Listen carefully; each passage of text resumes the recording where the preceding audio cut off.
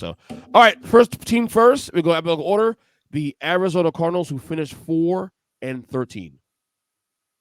I mean, so we never had very high expectations for the Cardinals. I think that's safe to say, right? Back in July, I picked the Cardinals to win 4 games. They obviously did a touch better than that. No, they matched it. They matched it. Or they matched it, excuse me. But the 4 wins they did get are interesting. And then the wins I feel like they should have gotten, they didn't. I really don't know what to think of this team. It's very confusing. They had to deal with a number of injury situations. They managed to card out Kyler Murray. We're hearing talks of them tanking, and they failed to do it. Maybe it's out of mercy, but I'm inclined to give them a D+ or like a C-. You know, that laugh, I feel like you know the vibe I'm getting at here. That's exactly where I'm at. C-. That's exactly where I'm at. Because again, when we did a preview with Zach and Chris, I said this team was a candidate for 0-17 when the year started. You did. I always thought that was a little. I mean, I didn't say to get there. I just said that if you think about a team who can go 0-17, they're the top candidate for me. We all know here on the Earnestly Speaking podcast what your technique is. I don't want to outright say this has happened because, I would look wrong again. So I can sit on the fence by using that candidate terminology. But right. But the 4 wins, interesting. They beat the Eagles, beat the Cowboys, beat the Steelers, 3 playoff teams. I mean, I get it. So C- to me, they did way better than I thought they'd be. They were competitive in spots of the year. They went through a quarterback not controversy, but you have Josh Dobbs, and they go from Josh Dobbs trading him away to Kyler Murray. And I thought, considering all the optics come to the year, this was actually a progressive year. I hate to say that 4-13 team being progressive, but I just lied. I'm looking at my predictions here. It was Jonathan Mathis, the sports judge, that said 4-13. I said 3-14. Oh, you didn't beat that. So so they did beat it. Okay, there you go. Makes sense. Reading all right. The team we mentioned a while ago earlier, the Atlanta Falcons, who were 7-10. I picked the Falcons to go 7-10. They just looked absolutely disgusting doing it. I'm not going to give them an F, as predictive as that might be. I'm going to laugh at Danny Thompson picking them to win 10, just as I did probably on that episode of the. That was cute, Danny. Good job. Podcast. Bing! But I nailed 7-10 here. I C. C- because they you would have had to won the division to make me feel like you're worth my time. No, I went D because, again, same thing. I have them 7-10 also too. It's the way they got here. There were opportunities for them to actually win some other games, and they blew it based on internal things, based on bad coaching and whatnot, which is why other players should have gotten fired. The Bijan Robinson thing was kind of a failure in some ways because they, not because of Bijan himself, because of others stopped playing him certain games and not getting enough carries certain games, and so I feel like a lot of that was internal.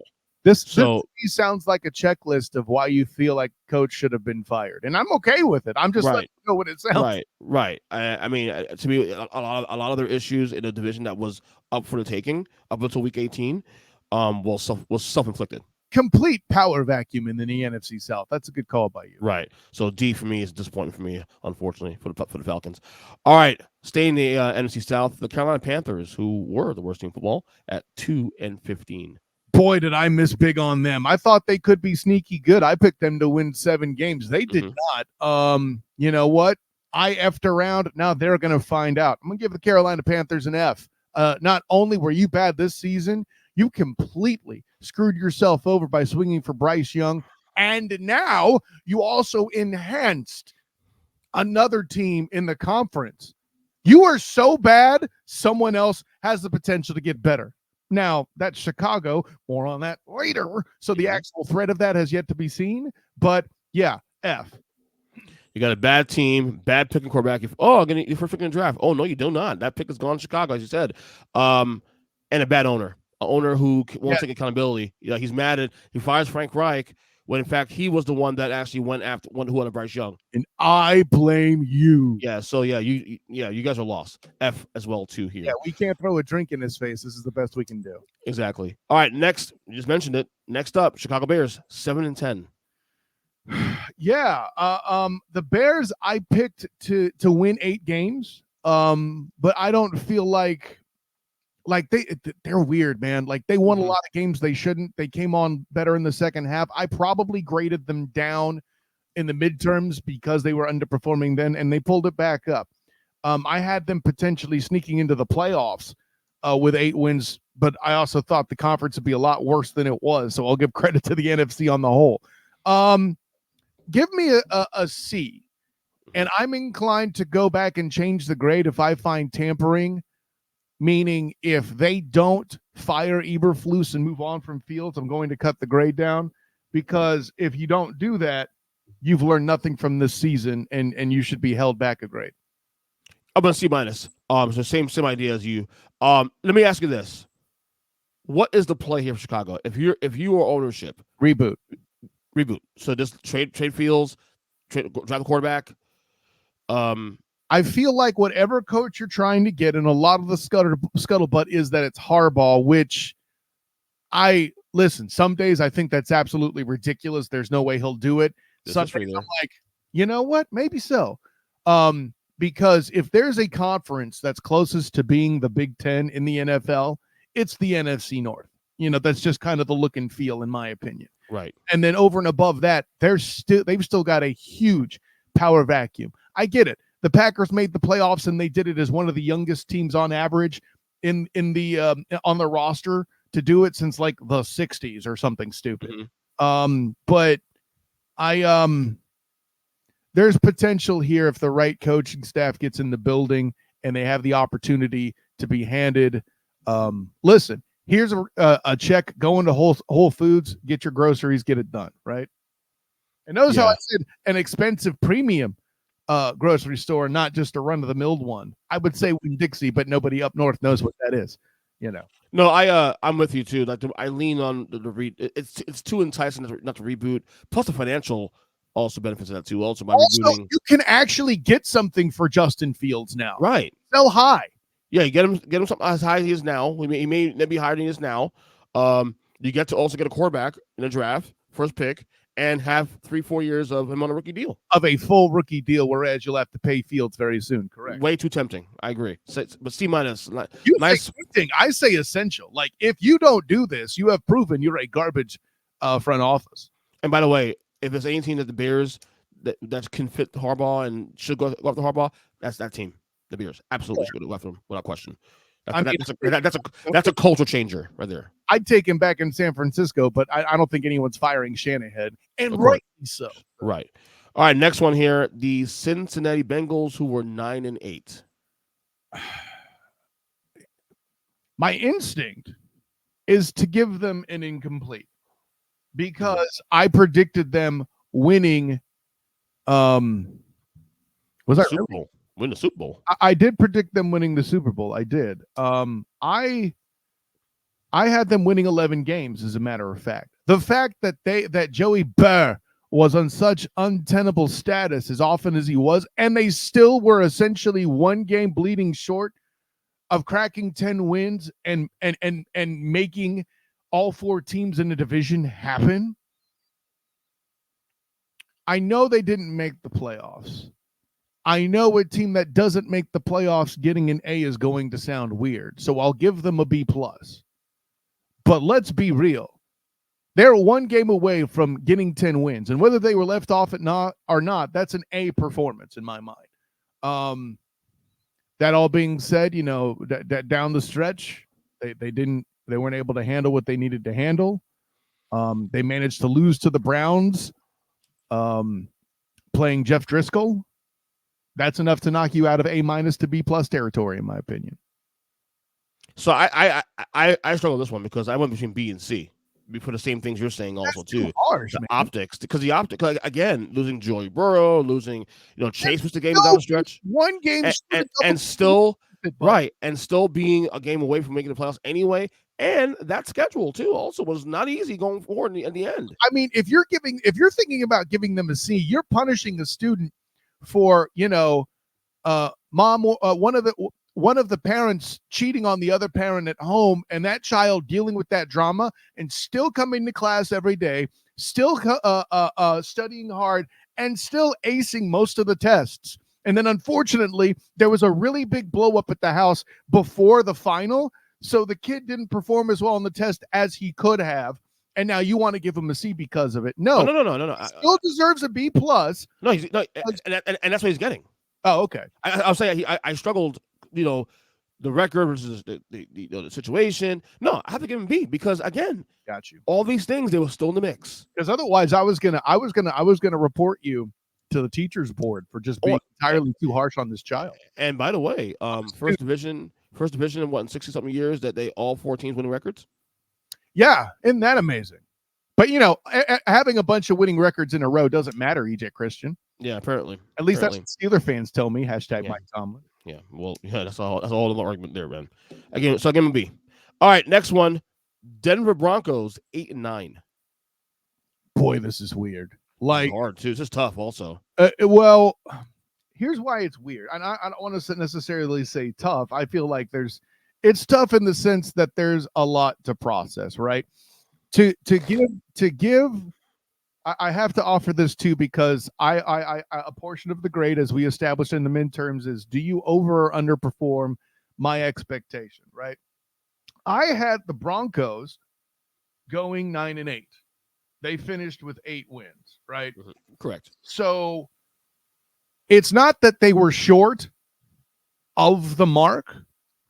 It's how they were short of the mark. If they weren't peeing on their own feet with Sean Payton doing what he did, getting all the bad press and getting that all the bad attention and threatening to sit, being involved with threatening to sit Rusty because of his contract number and setup and all that, they might have gotten that 1 win to get to 9 to meet my expectation to where I'm willing to work with them. But now I have to be punitive in my grading instead for the self-inflicted wound. I'd be inclined to give them a C plus B minus. Instead, I'm going C minus. To remind Sean Payton that in my class, I don't tolerate that kind of ego. Although it was adorable watching Nathaniel Hackett think he deserved a game ball for beating you. Oh, no, you're not on the same page. I see minus also too. For a lot of the same things you're saying. No. After you stealing my notes, like, what are we doing? 10 years later, 11 years later. No, but learn. That's a great point. But the thing is, though, like they started slow. I mean, get that, and yes, that was all self-inflicted. Then they made ground. They actually got into the playoff race. They were literally 2 weeks ago, like one of the wild card spots. And then the whole thing with the handling of the Russell Wilson thing, it was very bad taste in my mouth. Well, that and losing to the Pats in week 16, losing to the Raiders to the season. Yeah. Barely beating the Chargers by a touchdown. I think that's more about the Chargers being bad than anything else. More on that later. Mm-hmm. But yeah, with that all in mind, yeah, I said what I said. I think my thing now is if we're believing that the Russell Wilson relationship with the Broncos is over, how much pressure will be on Sean Payton immediately from next season on? Because you're the one saying he's not the guy. Okay, cool. Let's go. Here's the thing. Whether or not Rusty is the guy isn't the question. And frankly, I'm surprised that you're wording it that way because you've been the one that's very eloquently stated the actual way to describe it. He's not worth the return on investment. Right. The Broncos are installed an artificial ceiling because they can't bring in free agent assets, essentially, meaning that Sean Payton will have to draft his ass off. Mm-hmm. Right. So, yeah, I'll leave it at that. See my. Okay. All right, next one. The Indianapolis Colts, who are 9-8. You know, as I scroll through here, you know, I'll peek back behind the curtain. I have my list of picks here from the season to help me kind of guide my grading process here as we walk through. I had the Colts winning 5 games. They dramatically overperformed that. And I'm sure the name Shane Steichen's going to come up at some point in the Student of the Game podcast with Mikey Byrne here this week as we do the NFL end of season awards. Bing! Now, this dude competed for playoffs with a team that I said would only win 5 games. That's praise enough. That's high praise. Then your rookie quarterback, who actually looks pretty good when he stays healthy, gets replaced by Uncle fucking Rico here doing this. I mean, how do you not give this team an A? I'm with you too. A as well, because I had them being 3 wins, 3, 4 wins tops when you started. So they more overperformed. They were literally if Goodman, his name is drop that ball, they might get in the playoffs right now on Saturday night. So just that. A, easy answer on that one. I mean, they more perform on that one. All right. Okay. Uh-oh. The Jacksonville Jaguars, 9-8. Go. Yeah. Listen, they started strong. They finished poorly. I don't think it's all their fault. I think the Duval Devout, as angry as they're going to be, are going to read my top 5 moments piece that's about to drop on the Jaguar Report. Bing!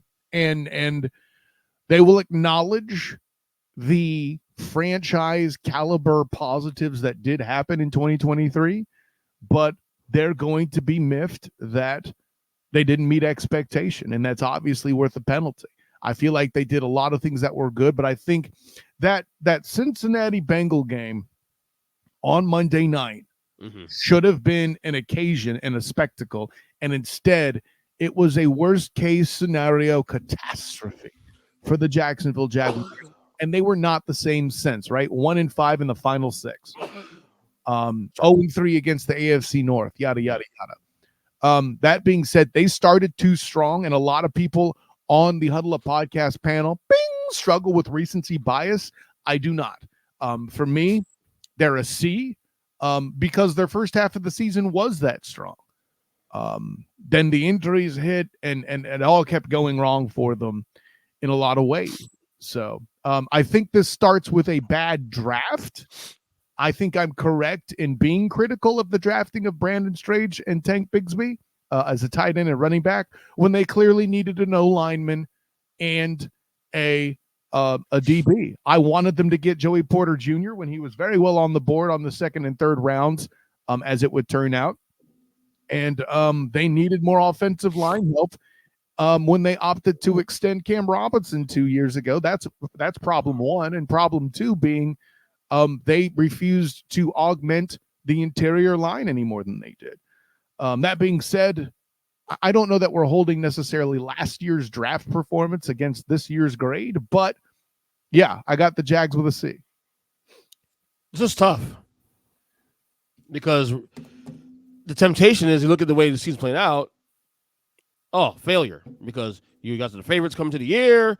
You guys are 8-3 at one point, and then you guys fell apart. So temptation to go full bore, go F. But I also realize it's not all their fault either, too. Injuries. You miss Christian Kirk. I know Lawrence missed a couple of games here, toward the back end of the year.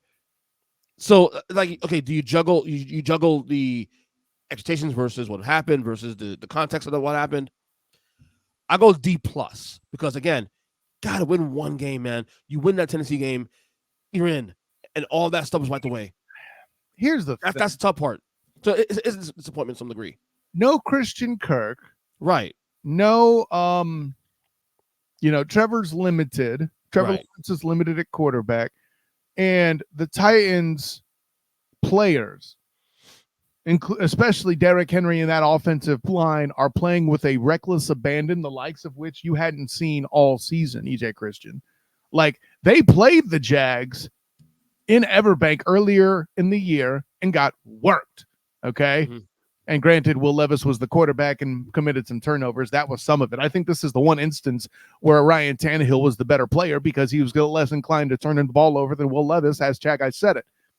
But I think listen, you alleged to be an NBA guy. You saw what Kobe did his final game.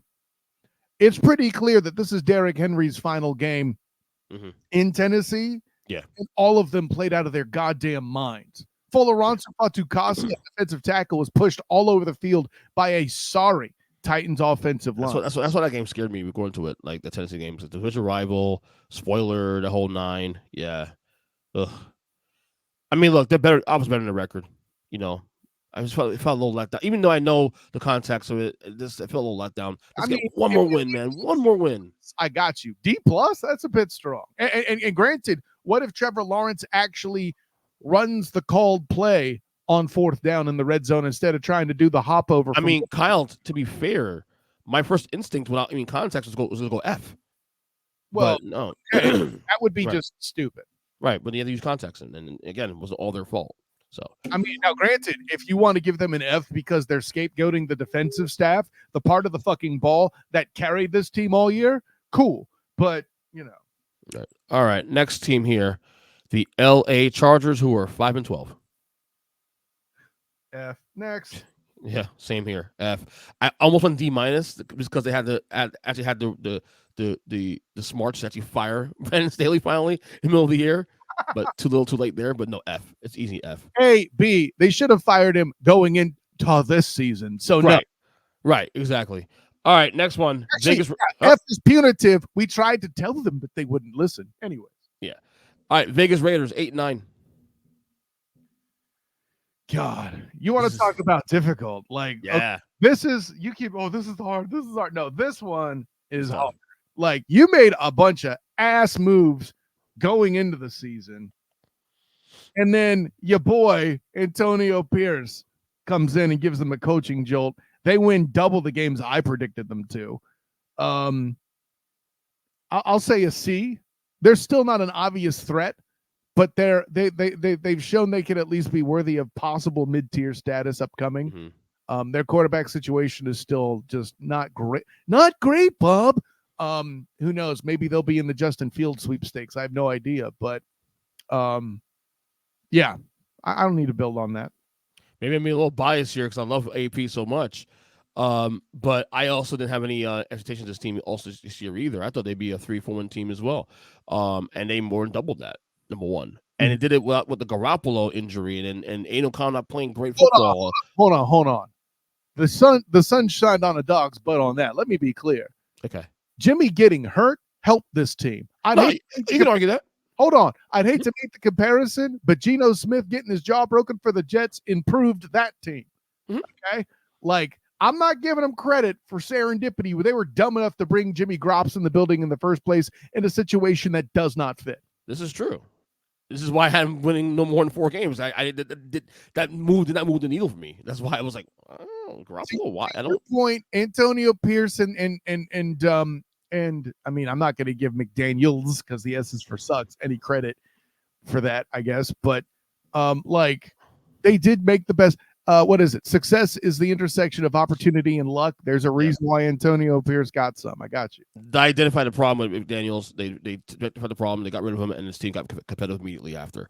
I'm gonna give him a B. Wow! Whoa! Full-on B. AP, baby. AP. Look, they're 8-9. They were literally in the playoff race like up to week 17. Homer. So insane. All right. Homer. Next one. Minnesota Vikings 7-10. Homer. No, that's for the Vikings, not the. Wow. That was me, by the way, not the soundboard. You cheering them always made me numb in my skull. God, they are who we thought they were. And EJ tried to let him off the damn hook. I'll tell you what. I picked the Vikings to win 8 games, and they didn't even deliver on that. They were frauds from last year. I'm trying not to be punitive of that because that's last year. You lost a game 13-10 on Monday Night effing Football. The 12-10. Was it 12-10? No, it was field goals. 10. Okay. I mean, I could see why you'd say so. There's all field goals and stuff. Maybe, you know what? I'll just click the button here and real quick to figure it out. But I'll put it this way. Regardless, 12-10, 13-10, your mama's a 10, whatever. Okay? The point is that sorry game where you lost to the Bears is what kept you from making meeting my expectations. Yeah, you're right. It was 12-10. Well played, DJ Christian. See, I'm glad I looked it up. That actually even makes it worse. So yeah. Oh God. C-. See, that's the problem with this too, is that I had him being much better, but again, context matters. You lose Cousins.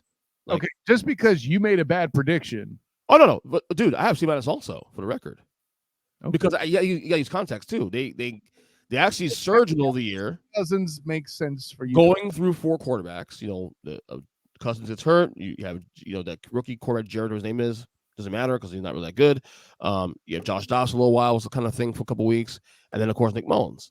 Yeah, and this team was actually in the mix for a playoff spot too, also up until this week. Josh so dramatically collapsing. I can't necessarily kill them for this. Obviously, they way below my expectations. Of course, I hadn't won division, but that's on the impression that Kirk Cousins would be playing quarterback. But you wouldn't listen, right? So, but I'll get C- because of context. I'll give you that. All right, the Patriots, New England Patriots, 4-13. F next. Same here. What are we doing here? You can't retool your team with a bunch of tools. I mean, they might as well call you up to participate in tryouts, EJ. And I thought it also mishandled the Mac Jones situation too, especially that was mishandled by Belichick and company. I think part of it was Mac Jones being difficult, and we didn't really understand that part of it too. Right. I think it's a bit of column A and B in my opinion. Right. Good point. All right, New Orleans Saints 9-8, number 1 seed. No joking, of course. Yeah. You see, here's why it's tough for me. I had them winning the division, but they were 2 teams that outperformed what I predicted. Not 2, 1 team that outperformed what I did, and that would be the Bucs. I thought the Bucs would be a lot worse. Baker Mayfield did a lot better than I thought, so they didn't get the division. And they managed to secure the division. Like, there was a division winner. There's all that. For me, it's tough because this whole division is a wash. I really don't care who won it. Mm-hmm. The Saints missed by my prediction by a single game. I picked them going 10-7. They went 9-8. I knew there would be some roller coasters with Derek Carr, and there was. Foster Moreau not catching the ball at the end of the game on Thursday night against the Jacksonville Jaguars with 30 seconds left is what makes them miss my expectation. So because of that, I'm going to put them right at a C. They should have won a division that's trash and didn't because a guy couldn't make a catch. Yeah.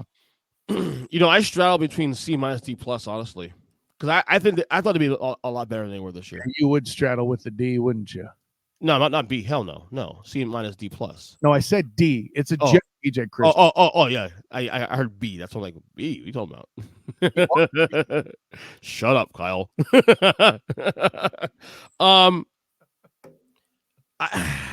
I'll go C-, but it still feels disappointing. I thought they were a shoe in the division this year. Yeah, it did feel that way. But listen, Baker Mayfield overachieved. I think that's clearly the story of the NFC. Comeback player of the year? No. Are you fucking kidding me? Well, Flacco? We'll leave out the part where somebody literally came back to fucking life to play this year. I mean, that's a sentimental pick. No, though. Not sentimental. Did he play this year at all? Yes, he's a fucking starter. Oh, okay. Jackass. If there wasn't the DeMar Hamlin thing to consider, of course, it would be Joe Flacco. Out of your fucking gourd. I don't care. If you want to claim he didn't play enough games, whatever. The way you people, being you, Jim, Matt, anybody that I talk to, basically, oh my God, but it's Joe Flacco. Even Big Cat Country's Travis Holmes, who I do the Duval dive with. Bing! It's Joe Flacco. Yeah. You keep saying that because you're that surprised. So, yeah, I would have Flacco ahead of Nick. Well, that's about Flacco, more about the fact that it's, the whole story. It's telling the whole 17 games. It's the best division in the goddamn league. It's. I mean, let's be clear here, Kyle. This team was winning games even without Deshaun Watson before Flacco got there. I'm not saying Flacco's not getting credit for that. I'm just saying this It wasn't like they weren't winning games. It was like they were floundering, and then he got steroids into winning games. When he was asked to beat the Jacksonville Jaguars, whose defense is their strong point, he did it. And they didn't have the top running back on the squad at that point. It's certainly the coolest story of the year. I will tell you that. But yeah, no, Baker Mayfield, I mean, he outperformed, but he didn't wow me. So no. And he damn sure doesn't get it over DeMar Hamlin. Are you out of your fucking mind? Apparently I am. All right. Oh, boy. Here we go. New York Giants, 6-11. I mean, they are who we thought they were. Actually, no, they're even worse. I picked the Giants to win 8 games. You know, as bad as the Danny Dimes signing is, him getting hurt was even worse. And you still found shining motes with, you know, Tommy Cutlets or whatever his name is. DeVito. I mean, I'm glad to, yeah, I know it's DeVito, but like Cutlets is funny. I don't care. Tyrod Taylor even did his part. He's pretty good this year, actually, Tyrod Taylor. Yeah, listen, I think he's that poor bastard is probably one of the most underappreciated players in league history. And let me say this real quick. Yeah. And you saw how it played out this year. Because of how valuable backup quarterbacks are, that dude will have a job and making good money for a good while. Well, I don't know how old he is. That's an issue. So, it's hard to tell. Black don't crack, so it's hard to tell. I mean, I could always look it up, but I'm feeling too lazy. No, I'll look for it now. Go. You keep talking. Well, listen, as the punchline goes, like I picked the Giants to win 8, and they couldn't even do that. Your coach of the year is exposed like Janet Jackson in 5 halftime shows. There's just whole bunches of awful, whole bunches of overrated. You've been proven wrong yet again, as well as the lamestream media, and making him the 2022 coach of the year. And yeah, I have the Giants getting, I'll call it a D+. I'm there too, D as well. By the way, he's 34 years old. He has a lot of time in him. No, he doesn't. Hey, hi, hello. Joe Flacco says hello.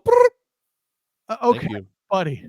Joe Flacco is 39 years old, starting quarterback for a possible team going to Super Bowl this year. Yeah, calm down. Person you're gonna cite, freaking Tom Brady. Like, listen, he has at least 5 years. 5 years in him. He's a good arm. Does not have Joe Flacco's style of play. I don't think he has 5 years. I'll leave it. We shall see. I went D though. Anyway, yeah, of course, which is an improvement because when we did the midterms, they were F++. Remember? Yeah, no, they pulled games out their ass with the veto. They played better. They actually came out in the wild card like by week 16. So okay, hold on. That's the conference, not the team. I understand that, but consider where they were when the year started, not too terrible. But I went D though. Ultimately, the situation is this, you know, lot to take care of there. Saquon probably getting franchise again, which sucks for him. But we'll see what happens there. All right, staying in New York, the Jets 7-10. You know, here's the thing. Everyone else had expectations for the Jets where I wasn't as bad off as Matt Muehlheisen being like they'll make the playoffs or miss the playoffs rather. But I did have the Jets winning 10 games. And then Aaron Rodgers, oh my God. The fact that this team was playoff relevant as long as they were and still got 7 wins, in my opinion, is somewhat of an accomplishment. I know closing the year, they were kind of powder puffy. It felt like they were just kind of writing it out. I don't believe Robert Saleh should be fired. He might be. It wouldn't be surprising because of the fickle nature of the league as A, and B, the Jets as a franchise, there's a reason why they're called the goddamn Jets. So, I'm going to say, I'm going to give them a C. If Rodgers was in place and all this happened, I would give them an F, mostly to be punitive to think that Nathaniel Hackett was a good idea. But I will give them a C for achieving what they did with the roster they had. As a self-imposed wound, I would also reckon. But they'll have time to change that in the offseason, I think. No, dude, C as well. I went C as well. Context matters. No Aaron Rodgers. They were competitive most of the year. They only tanked. They only fell apart after their playoff lives were decided, pretty much. Yeah. Going through Zach Wilson, all that situation. There's no doubt that Aaron Rodgers is healthy. They definitely are probably a playoff team. The way this team played and competed. Saleh will be the coach next year. He's a Rodgers guy, so Rodgers will protect him, of course. No, C's where it should be. Honestly, considering everything played out, Taking credit. All right. The Seattle Seahawks 9-8. Yeah. I picked them to win 10 and be in the playoffs, which they nearly did. I mean, they missed it by a game, and I think the issue was obviously the Rams in all their unpredictable glory. Mm-hmm. Issue, right? You could complain, oh, they should have beaten the Steelers. The Steelers are also a playoff team, by the way. Oh, they should have beaten the Cowboys. Well, I mean, the Cowboys, they were in Jerry's world. There's no real game that jumps off the page or I say, oh, yeah, the Seahawks totally blew that one. They should have won it, except for maybe 17-16 Rams. Like, this team is 1 point away. Well, 2 points technically. Away from doing exactly what I expected of them. And it was those damn unpredictable Rams that done bleeped up the rotation. So I'm inclined to give the Seahawks a B+ here. Maybe I pat it down to a B- because it's the NFC. But their schedule, not an easy one, right? And AFC North, not a cakewalk. AFC South, tougher than predicted, with the Texans coming on, right? Or am I calling that right? No, I'm not. It's they have the AFC North and the NFC East. So not a super easy draw in either case. They won the games that they should have there with the Commanders and the Giants dominating the Giants. I mean, it's a good thing there's no Giants fan on the panel at the Huddle Up podcast, but yeah. I'm trying to find a way to I'm gonna give him a B. I said B+ earlier. I'm changing it to a B. I'll go C for the same reasons.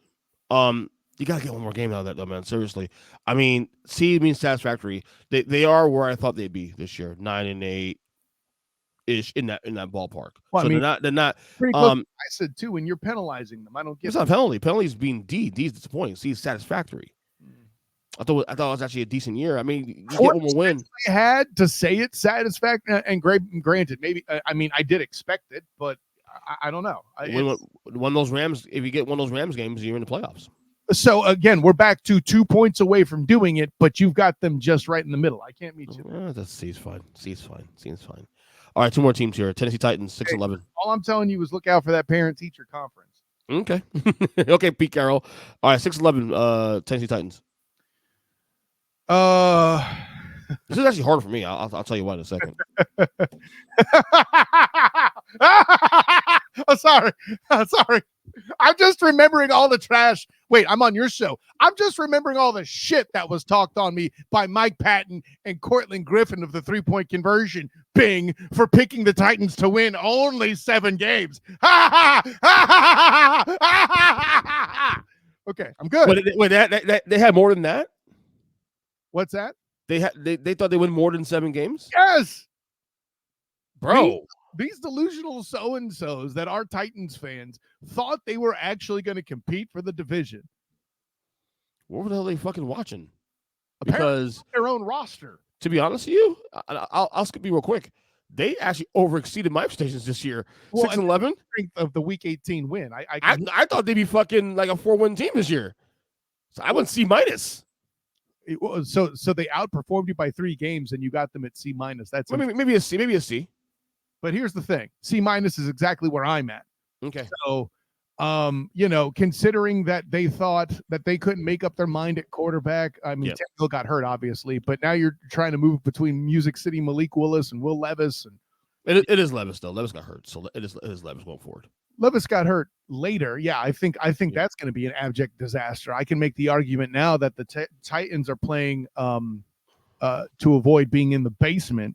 And the argument might be made for the Jags at 3rd. I'm not there yet, but we'll get into that next year, I'm sure. Mm-hmm. Punchline being this: I have C- for the Titans this year. Yeah, I straddled to C-. C- is fine. That's where it should be. All right, finally, last team here, the Washington Commanders, 4-13.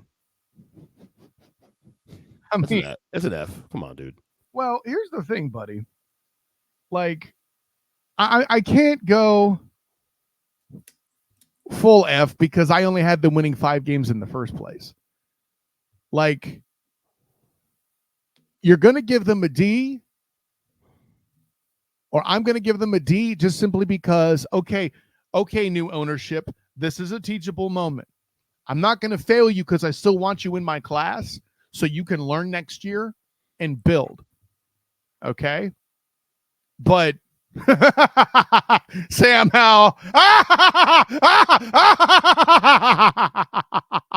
Shouts to my guy Drew Willingham. Anyways, how many L's he has in his name? Daniel Howell has 3 L's in his name by himself, and he said, "Well, Kyle, Travis Holmes has an L in his name," and I'm like, "Yeah, I hand him an L every week when he debates me on the Duval dive." Boom. Anyway, damn. Oh, hey, listen, you're an NBA guy. I thought you liked dunks. Anyways, no, but yeah, yeah, I got a D. If you want to give him an F, I'm not mad at you, but I'm gonna give him a D. Yeah, it's a good F though. F plus.